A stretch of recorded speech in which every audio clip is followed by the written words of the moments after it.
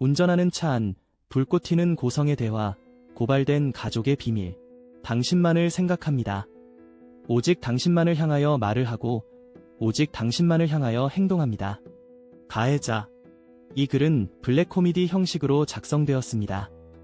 조직 스토킹 가해자들이 얼마나 맹목적이고 비정상적인 집착을 하는지를 희화화하여 풍자하는 글입니다. 피해자는 관심조차 없는데 가해자들은 마치 연인을 잃은 듯한 태도로 미친 듯이 집착하며 의미 없는 행동을 반복합니다.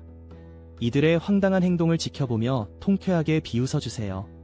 조직 스토킹이 단순한 괴롭힘이 아니라 조종된 광기의 일부일 수 있으며 전파 무기와 뇌파 생체 실험으로 인해 가해자들조차 피해자가 될 가능성이 크다는 점을 고려해 볼 필요가 있습니다. 결국 이 시스템은 가해자마저 희생시키며 사회 전체를 통제하려는 도구로 활용될 수 있습니다. 이제 본문을 통해 그 기괴한 현실을 함께 조롱해 봅시다. 운전하는 차 안 불꽃 튀는 고성의 대화 고발된 가족의 비밀. 대체 왜 그렇게 괴상하게 웃고 있는 거야? 차 안에서 퉁명스러운 목소리로 지적하는 친구. 누군가의 괴로운 핸들을 잡고 달리는 동안 그 자동차 안은 마치 고속도로 2의 전쟁터처럼 떠들썩하다. 하지만 이 화려한 대화의 주제는 결코 유쾌하지 않다. 가해자들이 자가용의 유리창을 통해 몸소 드러내는 고성의 말은 단순한 장난이 아닌 깊은 심리적 괴롭힘의 일면일 뿐이다. 고성의 대화가 피어오를 때마다 피해자는 그들에겐 전혀 관심이 없다. 마치 자신이 우주에서 가장 불필요한 존재처럼 느끼는 그 순간 가해자들은 자신들의 운동선수 수준의 연기력을 펼친다.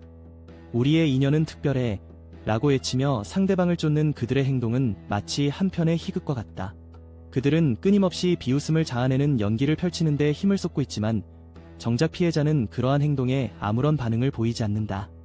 그들이 사는 세상은 기괴하다. 마치 이 세상이 그들만의 극장인 양 그들은 주어지는 대사에 맞춰 행동한다.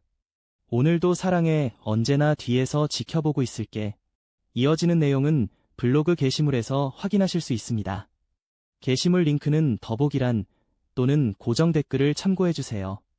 영상이 도움이 되셨다면 좋아요와 구독 부탁드립니다. 감사합니다.